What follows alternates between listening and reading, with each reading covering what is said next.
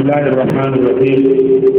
الحمد لله الذي أنزل على عبده الكتاب ولم يجعل له عوجا، والصلاة والسلام على أشرف الأنبياء والمرسلين سيدنا محمد وعلى آله وأصحابه أجمعين. Chers frères en islam, chers amis, assalamu alaikum wa rahmatullahi ta'ala wa barakatuh. Wa alaikum salam. Pour démarrer notre conférence, bi'idhnillah, nous allons écouter la parole divine, la parole d'Allah exalté soit-il, qui nous sera gratifiée par un de nos jeunes enfants, bi'idhnillah, avant, n'est-ce pas, d'introduire nos frères conférenciers, bi'idhnillah. Donc c'est notre jeune enfant, Haroun Amin Diawa, qui se trouve à ma droite, va nous gratifier quelques versets du Saint-Coran. أعوذ بالله من الشيطان الرجيم. بسم الله الرحمن الرحيم. واذكر في الكتاب مريم إذ انتبذت من أهلها مكانا شرقيا فاتخذت من دونهم حجابا فأرسلنا إليها روحنا فتمثل لها بشرا سويا قالت إني أعوذ بالرحمن منك إن كنت تقيا قال إنما أنا رسول ربك لأهب لك غلاما زكيا قالت أنى يكون لي غلام ولم يمسسني بشر ولم أك بغيا قال كذلك قال ربك هو علي هين ولنجعله آية للناس ورحمة منا وكان أمرا مقضيا فحملته فانتبذت به مكانا قصيا فأجاءها المخاض إلى جذع النخلة قالت يا ليتني مت قبل هذا وكنت نسيا منسيا فنادى من تحتها ألا تحزني قد جعل ربك تحتك سريا وهزي إليك بجذع النخلة تساقط عليك رطبا جنيا فكلي واشربي وقري عينا فإما ترين من البشر أحدا فقولي إني نذرت للرحمن صوما فلن أكلم اليوم إنسيا فأتت به قومها تحمله قالوا يا مريم لقد جئت شيئا فريا يا أخت هارون ما كان أبوك امرأ سوء وما كانت أمك بغيا فأشارت إليه قالوا كيف نكلم من كان في المهد صبيا قال إني عبد الله آتاني الكتاب وجعلني نبيا وجعلني مباركا أينما كنت وأوصاني بالصلاة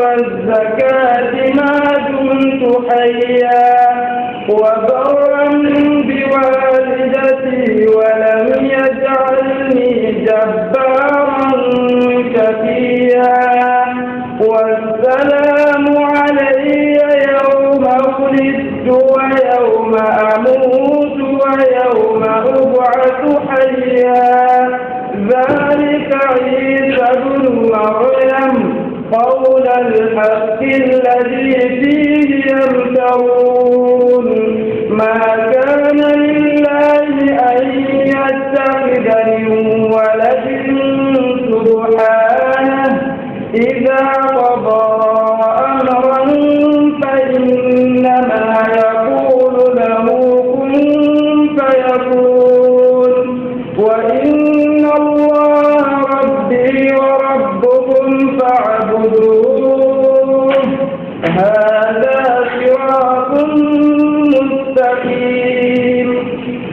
فاختلف الأحزاب من بينهم فويل للذين كفروا من مشهد يوم عظيم أسمع بهم وابصر يوم يأتوننا لكن الظالمون اليوم في ضلال مبين وأنذرهم يوم الحسرة إذ قضي الأمر وهم في غفلة وهم لا يؤمنون إنا نحن نرث الأرض ومن عليها وإلينا يرجعون واذكر في الكتاب إبراهيم إنه كان صديقا نبيا إذ قال لأبيه يا أبت لم تعبد ما لا يسمع ولا يبصر ولا يغني عنك شيئا يا أبت إني قد جاءني من العلم ما لم يأتك فاتبعني أهدك صراطا سويا يا أبت لا تعبد الشيطان إن الشيطان كان للرحمن عصيا يا أبت إني أخاف أن يمسك عذاب من الرحمن فتكون للشيطان وليا قال أراغب أنت عن آلهتي يا إبراهيم لئن لم تنته لأرجمنك واهجرني مليا قال سلام عليك سأستغفر لك ربي إنه كان بي حفيا وأعتزلكم وما تدعون من دون الله وأدعو ربي عسى ألا أكون بدعاء ربي شقيا فلما تبلوا وما يعبدون من دون الله وهبنا له إسحاق ويعقوب وكلا جعلنا نبيا ووهبنا لهم من رحمتنا وجعلنا لهم لسان صدق عليا واذكر في الكتاب موسى إنه كان مخلصا وكان رسولا نبيا وناديناه من جانب الطور الأيمن وقربناه نجيا ووهبنا له من رحمتنا أخاه هارون نبيا واذكر في الكتاب إسماعيل إنه كان صادق الوعد وكان رسولا نبيا وكان يأمر أهله بالصلاة والزكاة وكان عند ربه مرضيا واذكر في الكتاب إدريس إنه كان صديقا نبيا ورفعناه مكانا عليا أولئك الذين أنعم الله عليهم من النبيين من ذرية آدم وممن حملنا مع نوح ومن ذرية إبراهيم وإسرائيل وممن هدينا واجتبينا إذا تتلى عليهم آيات الرحمن خروا سجدا وبكيا. الحمد لله. جزاكم الله خيرا. Notre jeune enfant Harouna nous a permis de méditer sur évidemment l'historique de l'indépendance des prophètes. Comme nous le savons, de plus en plus s'affirme en notre monde le pluralisme des idéologies, le pluralisme des cultures et des religions. Cela est un fait évident et vraisemblablement irréversible. Il est aussi évident qu'ainsi, envisager le dialogue peut revêtir une très grande variété suivant l'objet de l'échange, mais aussi suivant les interlocuteurs et leur disponibilité. Il y a les dialogues occasionnels, rencontres passagères réglementées par la politesse ou laissées à la spontanéité affective de chacun. Il y a également des dialogues professionnels, c'est-à-dire ceux qui forment, n'est-ce pas, autour d'un travail commun. Il y a également des dialogues culturels, où les cultures s'associent à travers les individus, également suivant les lois de l'acculturation. Il y a également les dialogues doctrinaux, des dialogues politiques, sociaux, etc. Où les opinions s'affrontent autour de tous ces dialogues, ces opinions se comparent, s'affaiblissent ou se fortifient. Il y a aussi dans ce domaine le dialogue religieux, et celui-ci pourrait encore se subdiviser soit en dialogue doctrinal, historique, exégétique et également spirituel. C'est dans ce domaine, évidemment, qu'Allah, exalté soit-il par sa grâce, nous a permis de nous retrouver en cet après-midi du 16 août 1998 afin de discuter, de chercher, de fouiller dans les livres révélés. Bien que notre jeune enfant vienne de nous psalmodier quelques versets du Saint-Coran et entrer à l'histoire, à côté de l'histoire, l'aspect exégétique, comme nous venons de le dire, ce dialogue que nous avons voulu instaurer pour la première fois dans notre région du Grand Nord, par la grâce de Dieu bismillah, aura pour thème tout de suite la succession de Jésus.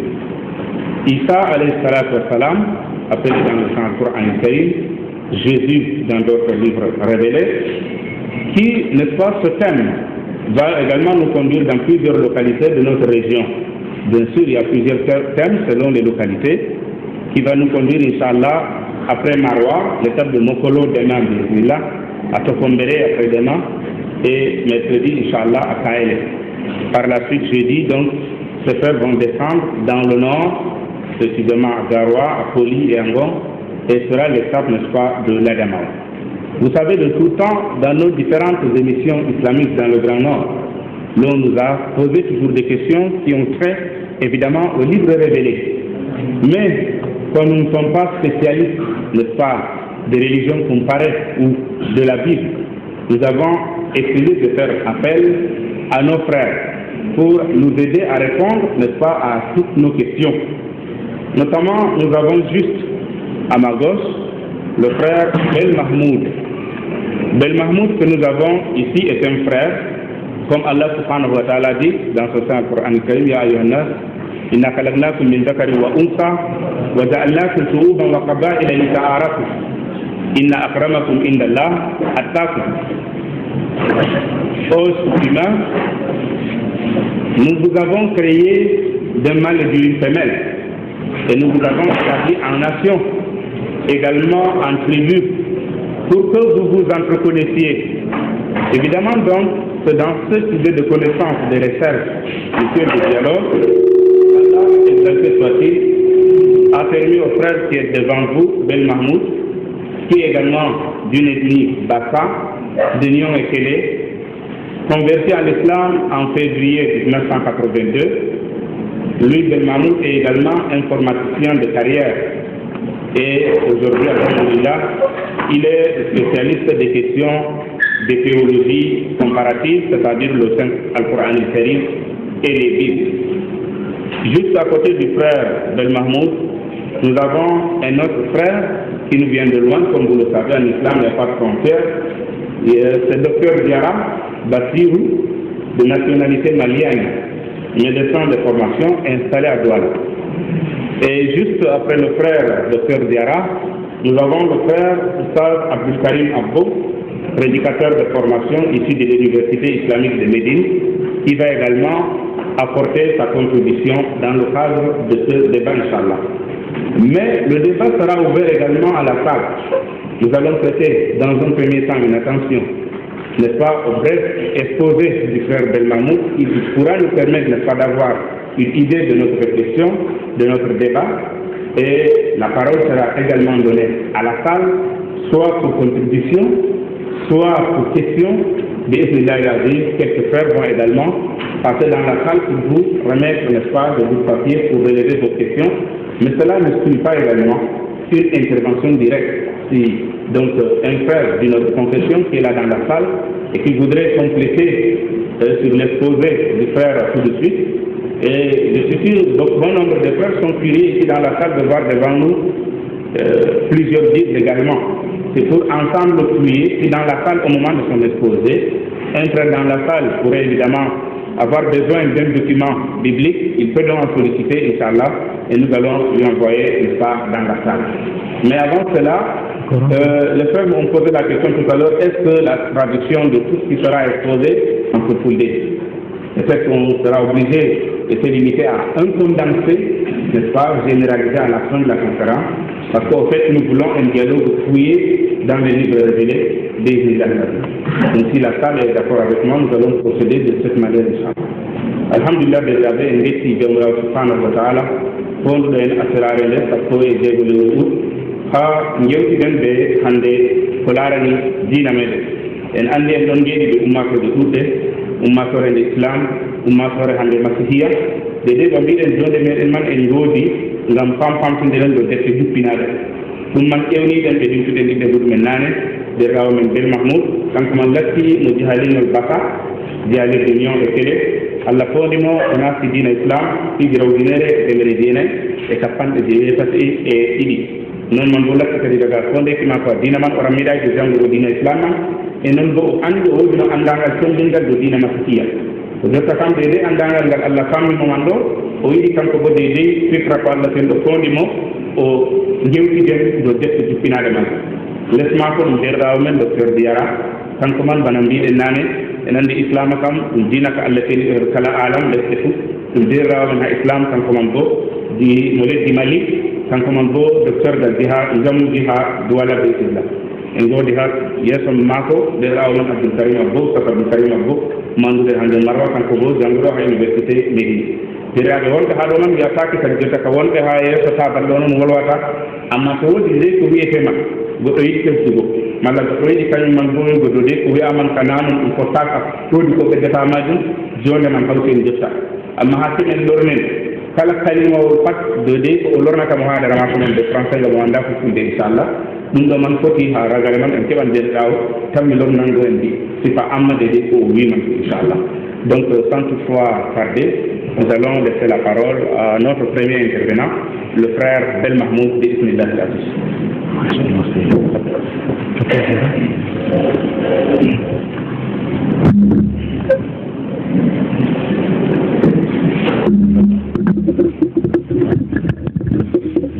Donc, docteur Diarra, l'avenir du voyage, très évidemment, donc complété. Assalamu alaikum, mes chers frères musulmans. Nous sommes particulièrement heureux d'être avec vous ce soir pour parler, comme le frère l'a dit, un peu de la religion. C'est un sujet qui est très très passionnel habituellement. Mais le seul conseil que nous pouvons vous donner, c'est de garder la maîtrise de soi-même. Vous savez, tout ce qui touche à la religion, effectivement, est passionnel. Mais pour dépassionner les débats, nous invitons les uns et les autres à beaucoup plus de calme, à beaucoup plus de maîtrise. Je crois que le décor a été planté déjà, le frère a tout dit, on ne va pas revenir sur ces faits. Je vais sans tarder passer la parole au conférencier, celui qui sera l'animateur de la conférence, Cheikh Mohamed Bel, et qui va essayer de nous entretenir. Le programme est le suivant, donc après ces brèves interventions, Bel Mohamed va faire un exposé d'environ une quarantaine de minutes. Ensuite, on passera au plat de résistance qui est justement réponse-question, question-réponse plutôt. Et nous invitons particulièrement nos frères chrétiens ou d'autres confessions qui sont ici dans la salle d'être actifs, surtout quand il s'agit de poser des questions. Assalamu alaikum.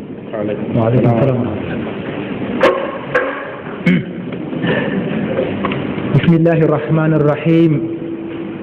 Wassalatu wassalamu ala ashrafil mursalin sayyidina wa nabiyyina Muhammad وعلى آله وصحبه ومن تبعهم بإحسان إلى يوم يبعثون يوم لا ينفع مال ولا بنون إلا من أتى الله بقلب سليم. أشهد أن لا إله إلا الله وحده لا شريك له وأشهد أن محمدا عبد الله ورسوله أعد الأمانة وبلغ الرسالة وجاهد في الله حق جهاده حتى أتاه اليقين. أما بعد فالسلام عليكم ورحمة الله وبركاته. Chers frères et sœurs, Toute la louange est à Dieu. Toute la louange est à Allah, par la grâce de qui nous nous retrouvons aujourd'hui pour parler d'un sujet particulier. Il s'agit de la succession de Jésus-Christ. Lacordaire, un prédicateur dominicain français qui a vécu de 1802 à 1861, avait coutume de dire, je cite, « Tout le monde regarde ce que je regarde, mais personne ne voit ce que je vois. » Qui a succédé à Jésus, le fils de Mariam, dans la mission pour laquelle il était envoyé par Dieu auprès des hommes? Les réponses du Coran et des Bibles comme sources islamiques et chrétiennes, respectivement, sources que nous nous ferons l'obligation de présenter brièvement au cours de notre présente rencontre. L'islam et le christianisme sont des religions que le monde actuel connaît à tort ou à raison sous la dénomination de religion monothéiste. L'islam se définit comme la soumission à la volonté de Dieu et le christianisme comme la croyance en Jésus comme sauveur de l'humanité par une certaine mort sur la croix en guise d'expiation des péchés des hommes. Le Coran est l'ultime communication, l'ultime révélation, l'ultime message divin à l'adresse de l'humanité tout entière, transmis oralement au prophète Mohammed alayhi salatu wassalam, dès l'an 610 par l'ange Gabriel, et ceci pendant une période de 23 ans environ. Cette révélation divine a été mise par écrit du vivant même du prophète, par des scribes sur des omoplates, des morceaux de parchemin, des tablettes de bois, des débris de poterie, etc. Parmi les scribes, nous citerons entre autres Ali ibn Abu Talib, Othman ben Affan, Ubay ibn Ka'b, Hassan ibn Thabit, Muawiyah ibn Abu Sufyan, sans oublier Zayd ibn Thabit, qui a joué ultérieurement un rôle majeur dans l'établissement du corpus définitif du texte sacré. Cette révélation commença pendant le mois de Ramadan de l'an 610 sur le mont Hira, baptisé dès lors Jabal Nour, par les 5 premiers versets de la sourate 96, et se termina en 632 sur le mont Arafah, baptisé dès lors Jabal al-Rahma, par le verset 3 de la 5e sourate. À l'époque, Dieu avait envoyé l'ange Gabriel pour communiquer cette parole à son ultime messager, à savoir Al-yawma akmaltu lakum dinakum wa atmamtu alaykum ni'mati wa raditu lakum al-islam dinan. Il dit donc, désormais tout espoir est perdu pour les infidèles. Plus jamais ils n'aboliront votre culte. Ne les craignez pas, mais craignez-moi. J'amène en ce jour votre culte à son point de perfection. Vous accorde le summum de ma grâce et il m'a plu de vous donner l'islam pour religion. Notre Seigneur Allah, exalté soit-il, parachevait sa religion l'islam et consacrait l'islam pour l'humanité jusqu'à la fin des temps.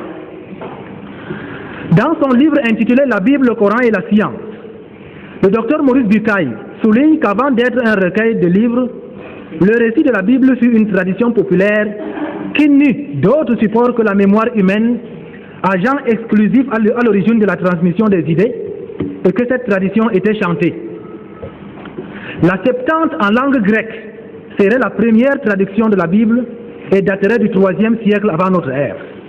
Soutient Maurice Bucaille en substance. Les textes grecs de base, généralement utilisés dans le monde chrétien, sont de 2 manuscrits, conservés aujourd'hui sous l'appellation de Codex Vaticanus à la Cité du Vatican et de Codex Sinaiticus au British Museum de Londres, et qui datent du IVe siècle après Jésus. Génisa du Caire, le texte hébreu le plus ancien de la Bible, est du 9e siècle après Jésus.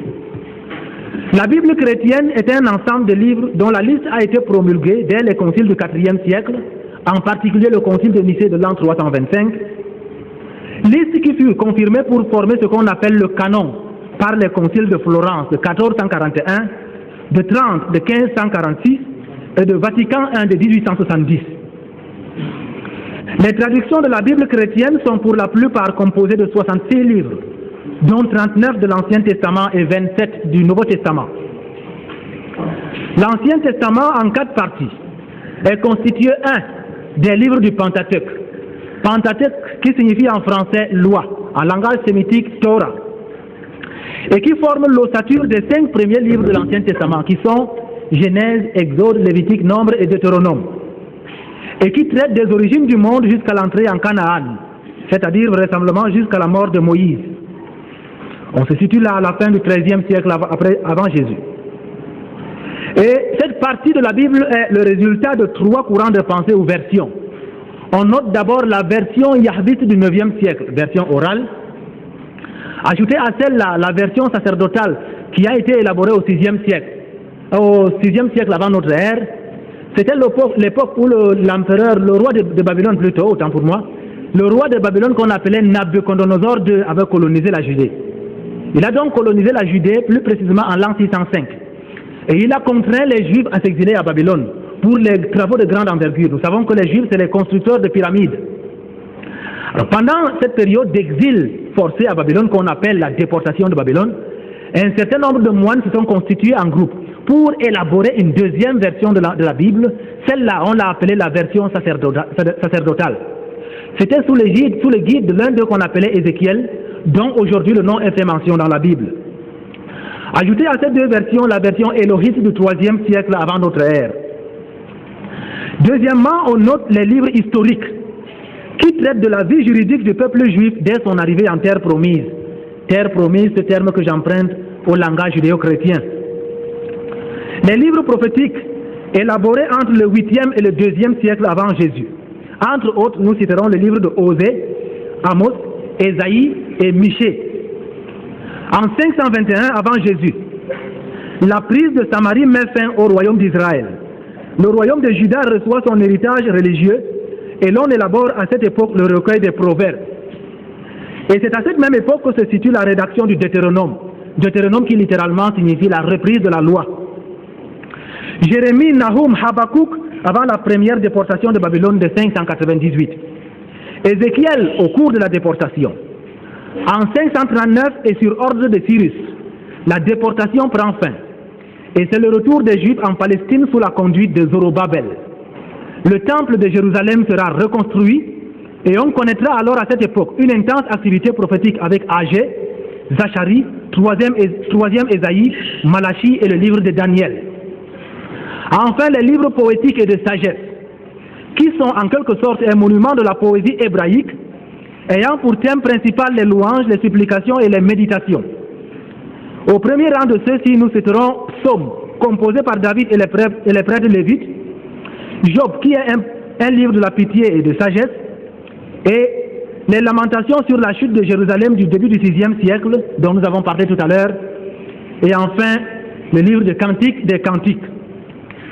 Le Nouveau Testament, pour sa part, est composé 1. Des 4 évangiles canonisés, Matthieu, Marc, Luc et Jean. 2. Des Actes des Apôtres. 3. Des Épîtres de Paul, de Jacques, de Jean, de Pierre et de Jude.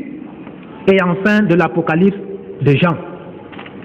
L'on situe la production des 4 évangiles suscités entre les années 70 et 110 de l'ère chrétienne. Les Épîtres de Paul leur sont bien antérieurs. Saint Justin, autant pour moi, en l'an 150 appelait ces évangiles mémoires des apôtres. Et il faudra attendre l'an 170 pour qu'ils acquièrent le statut de littérature canonique, le christianisme de style paulinien ayant pris le pas sur le judéo-christianisme à l'époque. Tout comme ses prédécesseurs, Jésus, porteur du message divin, a passé son premier séjour terrestre à enseigner, annoncer et avertir, à travers la révélation coranique d'une part et les évangiles, et l'évangile d'autre part, bien que les évangiles selon ne soient qu'un essai de reconstitution de l'évangile Injil de Jésus, des décennies voire des siècles plus tard après lui. Et ceci sur la base de la tradition orale, ce que Luc confirme dans son évangile au chapitre 1, les 4 premiers versets en disant: plusieurs ayant entrepris de composer un récit des événements qui se sont accomplis parmi nous, suivant ce que nous ont transmis ceux qui ont été des témoins oculaires dès le commencement et sont devenus des ministres de la parole, il m'a aussi semblé bon, après avoir fait des recherches exactes sur toutes ces choses depuis leur origine, de te les exposer par écrit d'une manière suivie, excellente Théophile, afin que tu reconnaisses la certitude des enseignements que tu as reçus. Évangile selon Luc, chapitre 1, versets 1 à 4. Jésus n'a pas seulement confirmé les enseignements de Moïse et autres prophètes venus avant lui. Il a aussi annoncé l'arrivée sur terre d'un messager de Dieu, d'un prophète après lui, de son successeur. Dans le Coran, Sourate 61, verset 6, Dieu nous révèle ceci.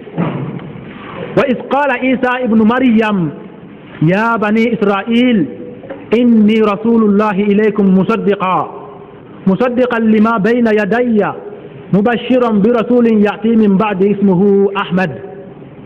Jésus dit donc dans ce verset du Coran,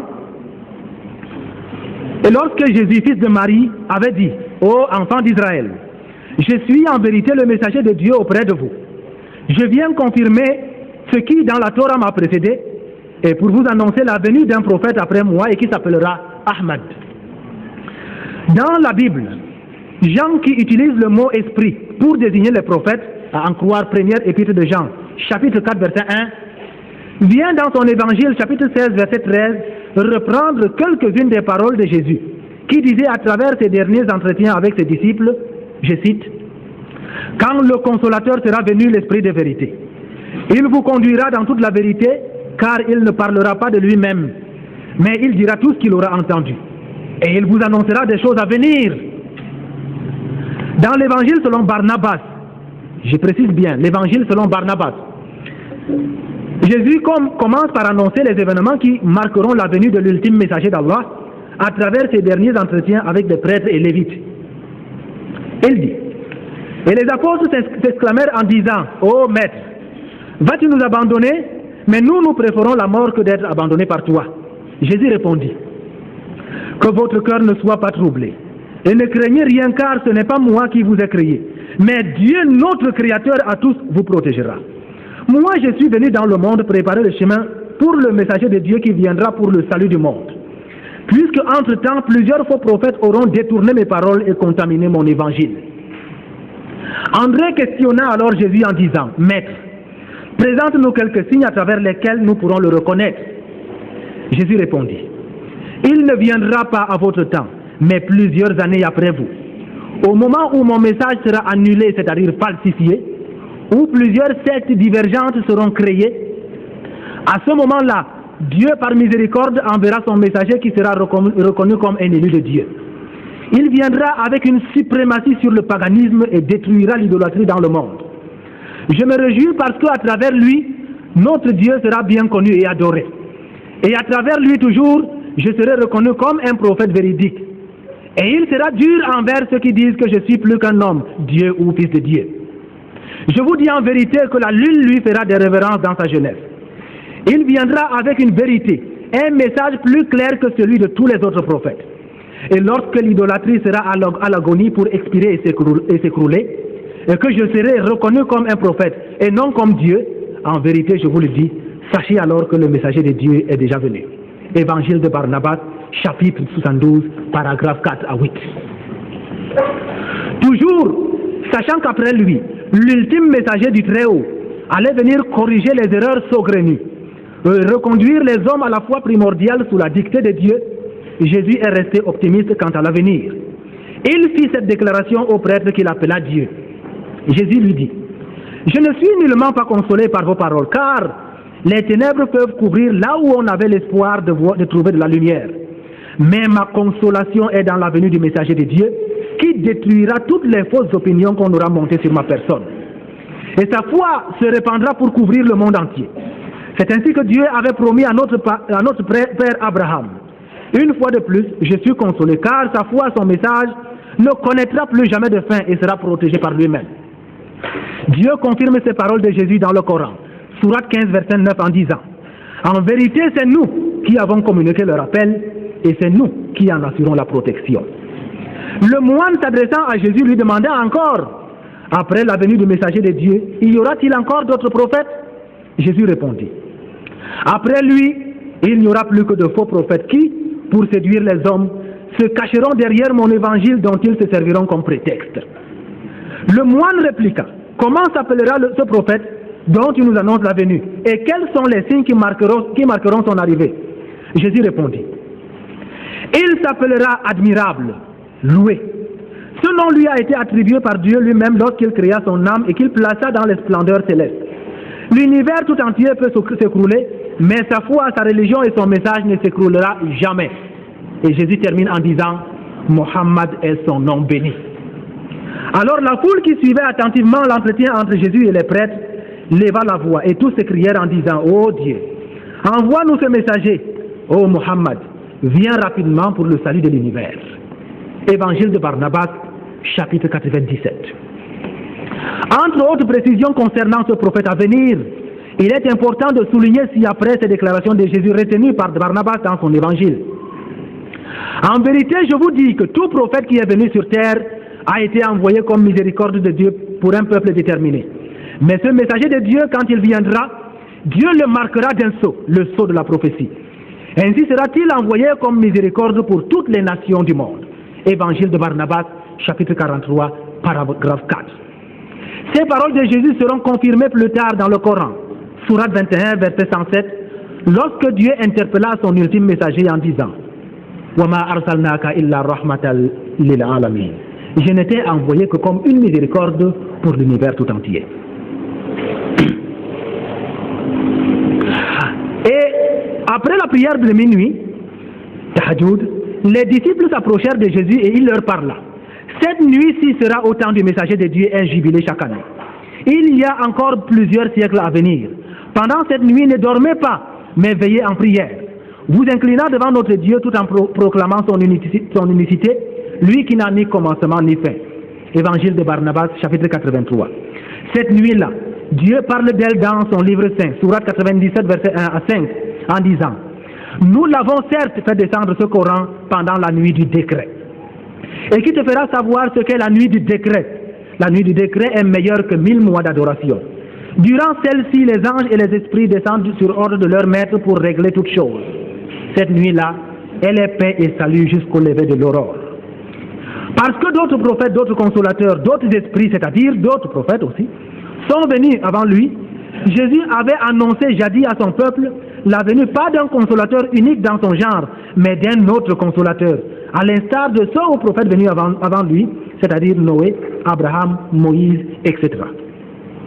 Et Jésus dit, et moi je prierai le Père, et il vous donnera un autre consolateur, Jean chapitre 14, verset 16. Un consolateur, un Esprit Saint qui enseignera toutes choses, Jean 14, verset 26. Et qui ne viendra plus pour un peuple quelconque, mais pour le monde entier, un messager universel. Il dit, quand il sera venu, il convaincra le monde en ce qui concerne le péché, la justice et le jugement. Jean chapitre 16, verset 8. Toujours au sujet du prophète à venir, Jésus s'adressa au peuple juif en disant, c'est pourquoi je vous le dis, le royaume de Dieu vous sera enlevé et sera donné à une nation qui en rendra les fruits. Matthieu chapitre 21, verset 43.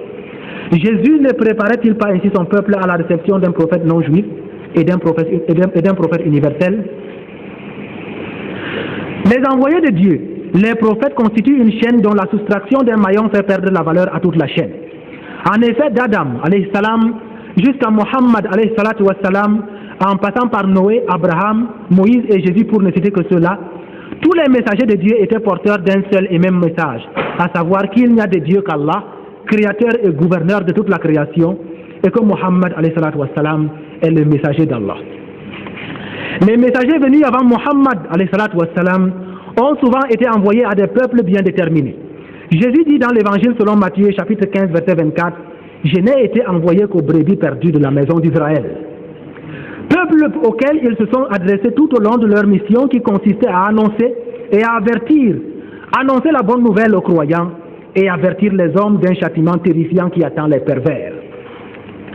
Ils ont aussi très souvent annoncé la venue de ceux qui allaient les suivre et la venue du dernier apôtre d'Allah, Muhammad alayhi salatu wassalam. Dans le Coran, Dieu nous révèle ceci. Et lorsque Allah conclut ce pacte avec les prophètes en disant, chaque fois que je vous accorderai le livre, le messager restant à venir pour confirmer ce qui est avec vous, vous devez croire en lui et le soutenir en annonçant sa venue. Acceptez-vous mon pacte à cette condition? Nous acceptons, dirent-ils. Soyez donc témoins, dit le Seigneur, et me voici avec vous parmi les témoins. Sourate 3, verset 81. La venue du prophète Mohammed a été annoncée dans d'autres livres et par d'autres prophètes. Dieu, dans son livre saint, Sourate 26, verset 196, nous révèle ceci. وَإِنَّهُ لَفِي زُبُرِ الْأَوَّلِينَ. Il se trouve déjà annoncé dans les écrits des anciens. Lorsque vous prenez le livre de Brahman, on appelle la Purana et les Vedas. Ces livres-là prédisent l'avènement dans le désert d'un sage qui s'appellera le digne de louange. Un sage utilisant le chameau pour monture et dont le chariot touchera le ciel, préfiguration de l'ascension nocturne. Et le livre continue. Son père s'appellera esclave de Dieu, Abdallah, et sa mère s'appellera la digne de confiance, Aminato. De son côté, le Zend Avesta, livre de Zoroastre, prédit un briseur d'idoles qui s'appellera le comblé de louange, et aussi miséricorde pour tous. Ce qui plus tard sera confirmé dans le Coran. Nous l'avons dit tout à l'heure lorsque Dieu a interpellé son prophète en disant وَمَا أَرْسَلْنَاكَ إِلَّا رَحْمَةً لِلْعَالَمِينَ. Le prophète Mohammed a été envoyé donc entre autres comme miséricorde pour tous, pour l'univers. Les bénédictions de Jacob dans la Bible à ses fils sont assez claires et orientatrices pour déterminer le messager de Dieu que tous les peuples attendent. Le prophète universel et à qui tous les peuples doivent obéir. La Bible nous dit ceci. Le sceptre ne s'écartera point de Juda, ni le bâton de commandement d'entre ses pieds, jusqu'à ce que vienne celui auquel il appartient et que le peuple attend. Ce texte biblique de la Genèse, chapitre 49, verset 10, précise que le passage ci-dessus fait allusion au fait que David et ses successeurs sont issus de la tribu de Juda, et que s'agissant de celui auquel il appartient, c'est un texte hébreu obscur et de tradition incertaine. Enfin, qu'on ignore à qui il est fait allusion. N'est-ce pas sciemment que l'on tient à voiler la vérité? Toujours dans la Bible, les prophéties d'Ésaïe, chapitre 29, versets 11 à 12, présentent quelques signes à travers lesquels on reconnaîtra ce messager annoncé par tous les prophètes. Le livre d'Ésaïe nous dit donc ceci. J'ai dit le chapitre 29, versets 11 à 12. Toute la révélation est comme les mots d'un livre cacheté, ou comme un livre que l'on donne à un homme qui ne sait pas lire en disant « lis » et qui répond « je ne sais pas lire ». Chers frères, je vous fais seulement un rappel en arrière. Jetez un coup d'œil sur les circonstances de la révélation des 5 premiers versets de la sourate Iqra. Comment cela s'est passé dans la caverne de Mont Hira. Il dit, toute la révélation est comme les mots d'un livre cacheté ou comme d'un livre que l'on donne à un homme qui ne sait pas lire en lisant « lis » et qui répond « je ne sais pas lire ». L'histoire de la révélation des 5 premiers versets donc, de la sourate 96 en 610 sur le mont Hira en est un témoignage concluant. En effet, l'ange Gabriel, sur ordre de son maître, se présenta au prophète Mohammed dans la caverne du mont Hira, Jabal Nour, pendant une nuit bénie du mois de Ramadan de l'an 610. Et, brandissant un texte à son hôte, il lui intima cet ordre. Lis. Et pour la première fois, le prophète répondit, je ne sais pas lire. Dans le Nouveau Testament, Jean-Baptiste a répondu aux sacrificateurs et lévites envoyés de Jérusalem par les Juifs pour lui demander qui il était, en disant qu'il n'était ni Élie, ni le Christ, ni le prophète. C'est le texte de Jean, chapitre 1, verset 19 à 21. C'est-à-dire qu'à ce moment-là, les Juifs attendaient l'arrivée de 3 personnes, le Christ, Élie et celui que l'on appelait le prophète. Mais qui est ce prophète? Si ce n'est le consolateur, l'esprit de vérité, annoncé par Jésus dans l'évangile selon Jean, chapitre 16, verset 12 à 14, en ces termes, je cite, « J'ai encore beaucoup de choses à vous dire, mais vous ne pouvez pas les porter maintenant. Quand le consolateur sera venu, l'esprit de vérité, il vous conduira dans toute la vérité, car il ne parlera pas de lui-même, mais il vous dira tout ce qu'il aura entendu. » Chers frères, dans un passage du Coran que je me rappelle bien, Dieu nous a rappelé que le prophète Mohammed ne parlait pas de lui-même. Et je crois que ce texte a été enregistré dans la sourate An-Najm, je crois 53e sourate du Coran, où il dit wa ma yantiqu anil hawa in huwa illa wahyun yuha. Il ne parle pas sous l'emprise de sa propre passion, mais tout ce qu'il vous dit, c'est une communication qui lui vient du souverain de l'univers. Par ailleurs, dans sa première épître, chapitre 4, verset 1, Jean écrit, « Bien-aimés, n'ajoutez pas foi à tout esprit, mais éprouvez les esprits pour savoir s'ils sont de Dieu, car plusieurs faux prophètes sont venus dans le monde. » C'est dire que pour Jean, les prophètes sont des esprits qu'il faut éprouver pour savoir s'ils sont de Dieu. Et il est donc clair que Jean utilise le mot esprit pour désigner les prophètes et non pas un prétendu Saint-Esprit invisible. Il ne parlera pas de lui-même, mais il dira tout ce qu'il aura entendu. Dans l'Ancien Testament, Dieu avait déjà annoncé à Moïse la venue de ce prophète-là, qu'il ne parlera pas de lui-même en ces termes. Je leur susciterai du milieu de leurs frères un prophète comme toi. Je mettrai mes paroles dans sa bouche et il leur dira tout ce que je lui commanderai. Deutéronome chapitre 18, verset 18. Moïse, envoyé de Dieu au peuple juif, transmit fidèlement ce message à son peuple plus de 12 siècles avant notre ère. Mais qui sont les frères des Juifs, descendants d'Isaac, si ce ne sont les Arabes, descendants d'Ismaïl? Je rappelle là, chers frères, que Moussa alayhi salam était un prophète principalement envoyé au peuple juif. Il s'adresse donc au peuple juif en disant: l'Éternel me dit, ce qu'ils ont dit est bien. Je cite le passage de la Bible. Je leur susciterai du milieu de leurs frères un prophète comme toi. Il dit aux Juifs, je susciterai du milieu des frères aux Juifs un prophète comme toi. Il dit, je mettrai mes paroles dans sa bouche et il leur dira tout ce que je lui commanderai. Et Dieu ajoute dans ce passage, si quelqu'un n'écoute pas mes paroles, celles que je mettrai, je lui commanderai, c'est moi Dieu qui lui en demanderai des comptes. Dans l'évangile de Barnabas, chapitre 43, nous lisons cette déclaration de Jésus aux disciples. Croyez-moi, car en vérité, je vous le dis, le messager de Dieu promis est un descendant d'Ismaïl et non pas d'Isaac. Le prophète Mohammed, tout au long de la révélation coranique, n'a pas parlé de lui-même. Il transmettait tout simplement la communication qui lui venait du Très-Haut. À ce propos, Dieu nous a révélé ce que je venais de dire tout à l'heure, à savoir, il ne parle pas de lui-même, il ne parle pas sous l'emprise de sa propre passion, mais ce qu'il vous dit, c'est une communication qui lui vient du souverain de l'univers. Nous avons tout dénombré, Dieu a dit dans le Coran encore, nous avons tout dénombré dans un livre manifeste. Ce livre dont les versets ont été faits avec perfection et développés de la part d'un sage bien informé. Sourate 11, verset 1. C'est nous qui avons communiqué le rappel, le Coran, et c'est nous qui en assurons la protection. Sourate 15, verset 9. Dans l'évangile selon Jean, chapitre 17, verset 3, Jésus se déclare envoyé de Dieu. Il n'est reconnu par son peuple ni comme Dieu, ni comme fils unique de Dieu, mais comme un prophète. Il dit, tous furent saisis de crainte et ils glorifièrent Dieu en disant, un grand prophète a apparu parmi nous et Dieu a visité son peuple. Cette parole sur Jésus se répandit dans toute la Judée et dans tout le pays. Luc chapitre 7, verset 16 à 17. Et ils lui répondirent, ce qui est arrivé au sujet de Jésus de Nazareth qui était un grand prophète, puissant en œuvre et en parole devant Dieu et devant tout le peuple. Luc chapitre 24, verset 19. Jésus est ainsi reconnu par son peuple et se déclare envoyé de Dieu. Tout comme son successeur Mohammed à partir de l'énoncé même de la profession de foi islamique. J'atteste qu'il n'y a point d'autre Dieu en dehors de Dieu et j'atteste que Mohammed est le messager de Dieu. À travers la révélation coranique, Mohammed vient tout simplement revivifier les paroles et enseignements de Jésus. Pourtant, il ne leur a été commandé que d'adorer Allah, lui vouant un culte exclusif, d'accomplir la prière et d'acquitter la zakat. Et voilà la religion de la droiture. Sourate 98, verset 5.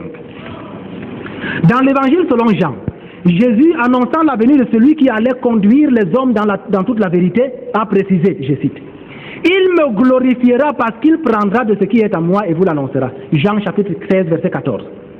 Justement, nous voyons en quels termes élogieux Mohammed a parlé de Jésus à travers la révélation coranique, Sourate Maryam, verset 30 à 34. Mais bébé Jésus dit, je suis vraiment le serviteur d'Allah. Il m'a donné le livre et m'a désigné prophète.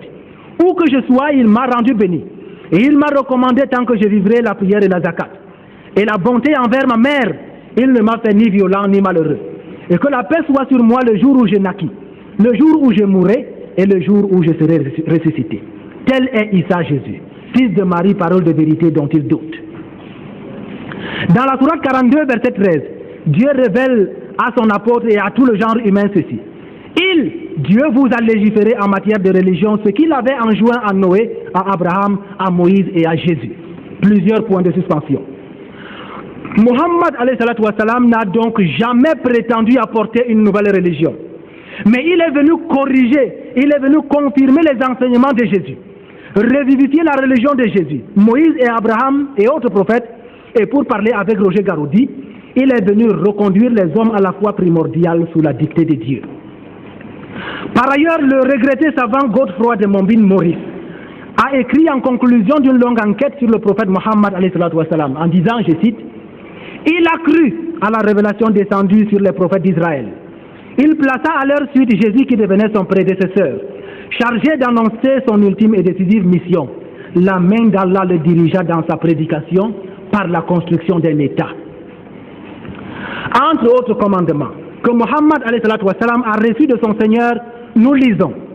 Dis, nous croyons en Dieu, en la révélation reçue par nous, et en la révélation faite jadis à Abraham, Ismaïl, Isaac et Jacob et aux tribus, en ce qui fut donné à Moïse, puis à Jésus, et en toute révélation faite aux prophètes de la part de leur Seigneur, ne faisant aucune distinction entre eux, et nous sommes entièrement soumis à lui, à sa volonté souveraine. Sourate 2, verset 136.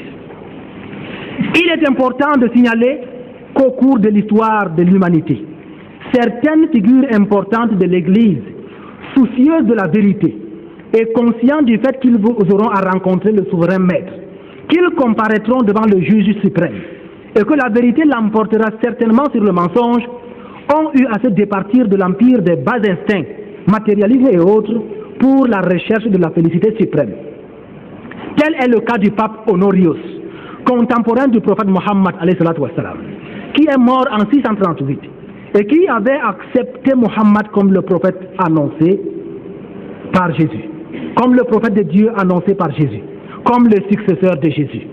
Je rappelle que le pape Honorius, qui est mort en 638, avait déclaré que ce que cet arabe annonce, c'est la vérité, c'est ce messager que Dieu avait annoncé à travers la bouche de Jésus. Dans ses lettres, le pape Honorius commençait toujours, comme l'avait enseigné le prophète Mohammed, par proclamer l'unicité absolue de Dieu. Il commençait ses lettres par Bismillahirrahmanirrahim. Initiative ô combien honorable, mais 42 ans après sa mort, c'est-à-dire en 680, un concile se tient à Constantinople, concile pendant lequel le pape Honorius a été anathématisé par l'Église, c'est-à-dire blâmé, c'est-à-dire excommunié. C'est un événement unique dans l'histoire de la papauté. Vous savez pourquoi? Nul n'a jamais suivi le sentier qui mène vers Dieu sans se voir créer des ennemis. Parce que le dernier apôtre d'Allah, Mohammed est venu non pour fonder une nouvelle religion, mais pour corriger les erreurs saugrenues, survenues dans l'interprétation du message divin, parce qu'il est venu reconduire les hommes à la foi primordiale sous la dictée de Dieu, parce qu'il est venu confirmer, revivifier et parachever la révélation divine, la religion d'origine divine pour laquelle Jésus, le fils de Mariam, entre autres, avait été envoyé auprès des hommes. Alors, Mohammed est le successeur spirituel de Jésus. Qu'Allah nous guide dans la bonne voie, qu'il nous protège et qu'il nous porte secours, qu'il nous facilite la traversée du pont de Sirat, qu'il nous range parmi les héritiers du paradis Firdaus. Subhana rabbika rabbil izzati amma yasifun.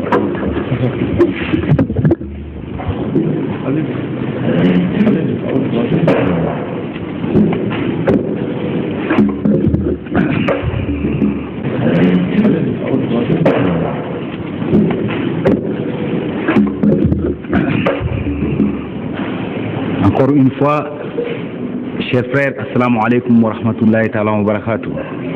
Vous venez d'écouter l'exposé magistral de Bel Mahamoud, du conférencier Bel Mahamoud. Nous allons donc passer à la seconde phase, notamment le plat de résistance, qui est constitué par les questions et réponses. Alors nous invitons particulièrement nos frères catholiques ou nos frères, enfin les représentants de l'Église ou d'autres confessions chrétiennes qui sont là. Alors s'ils peuvent également intervenir, ce serait très très bien pour animer le débat. Alors une fois encore, que ce débat soit dépourvu de toute passion. C'est vrai, comme je l'ai rappelé, tout ce qui a trait à la raison, tout ce qui a trait à Dieu est passionnel, mais nous invitons les uns et les autres à se maîtriser. Nous sommes là uniquement pour essayer de rétablir un dialogue entre les différentes confessions, mais pas pour une passion, pas pour une guerre quelconque. Alors nous invitons les uns et les autres à poser des questions, à se respecter pour que le dialogue islamo-chrétien puisse aller de l'avant. Salam alaikum. Donc vous avez la parole, l'auditoire, les auditeurs ont la parole, ils peuvent poser des questions soit directement ou bien on va les distribuer tout de suite là des bouts de papier sur lesquels ils peuvent effectivement formuler des questions.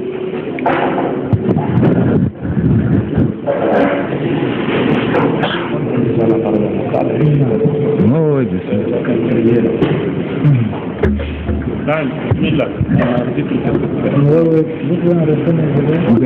Le micro peut être...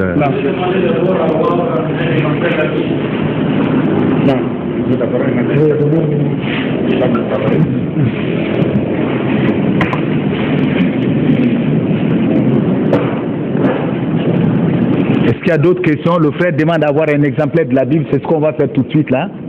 Un autre exemplaire? Donc, la première question de l'autre côté. Non. Bien. Est-ce que vous pouvez venir ici, s'il vous plaît? Ce serait... Oui, si vous pouvez passer à côté de la table pour qu'on... Voilà. Donnez-lui le micro.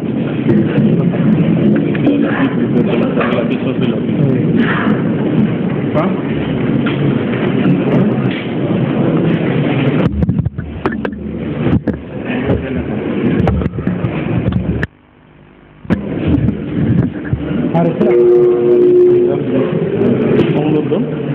Non, non, non, non. Oh, oui. Tout suite, hein. On va discuter de quoi.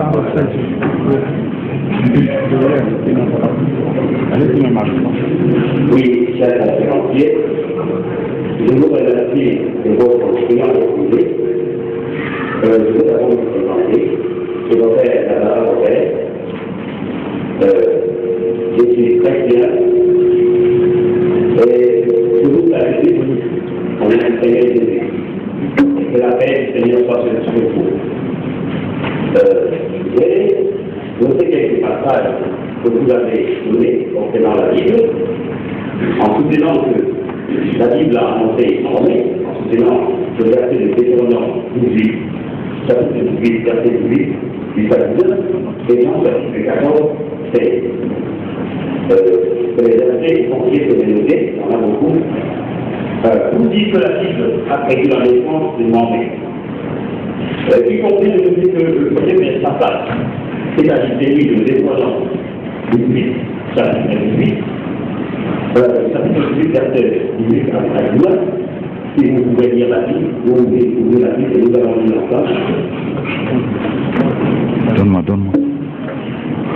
Si vous n'y êtes pas encore, je vais mémoriser.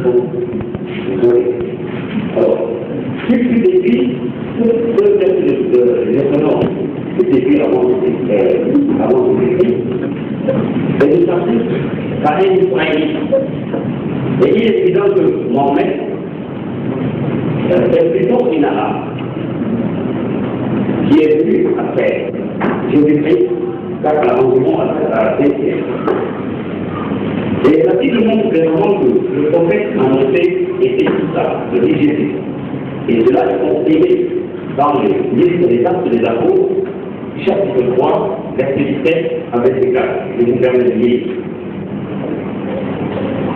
Quand vous devez partager, c'est-à-dire le texte de Jean, chapitre 14, verset 15 et 17, c'est clairement responsable de l'unité des promis et l'esprit, c'est-à-dire indivisible.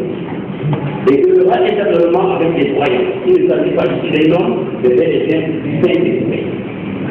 La Bible dit encore qu'il y a au ciel, il y en a trois qui rendent témoignage. Le Père, la parole et l'Esprit de Dieu. C'est pour vous dire, quand il a cité le passage aux gens, vous dit qu'il faut qu'il tout l'Esprit. L'Esprit a été, dans la Bible, c'est écrit avec petit peu. C'est-à-dire l'Esprit qui se trouve dans les textes des faux enseignants, les faux docteurs, ceux qui adhèrent la parole de Dieu, ceux-là qui enseignent des fausses doctrines, c'est de ceux-là que Jean a parlé. Soyez précis. Il n'a pas parlé de l'Esprit, c'est-à-dire l'Esprit de Dieu. L'Esprit dans le Coran, oui, Jésus-Christ, Kalimat Allah, Roul Allah, c'est-à-dire l'Esprit de Dieu, avec l'empereur. Vous comprenez cela? Oui. C'est le Coran qui dit. Et l'Esprit de Dieu. L'Esprit de Dieu, lorsque Kalimat Allah, la parole de Dieu, il est dit qu'au ciel, il y a trois qui rendent des témoignages. Le Père, c'est-à-dire Dieu, la parole, c'est-à-dire Jésus-Christ, c'est-à-dire Fils. Parce que le Coran dit encore que Jésus-Christ, la parole, c'est-à-dire le Père de Dieu qui se fait chair et elle a habité parmi nous. c'est-à-dire la lumière. Alors,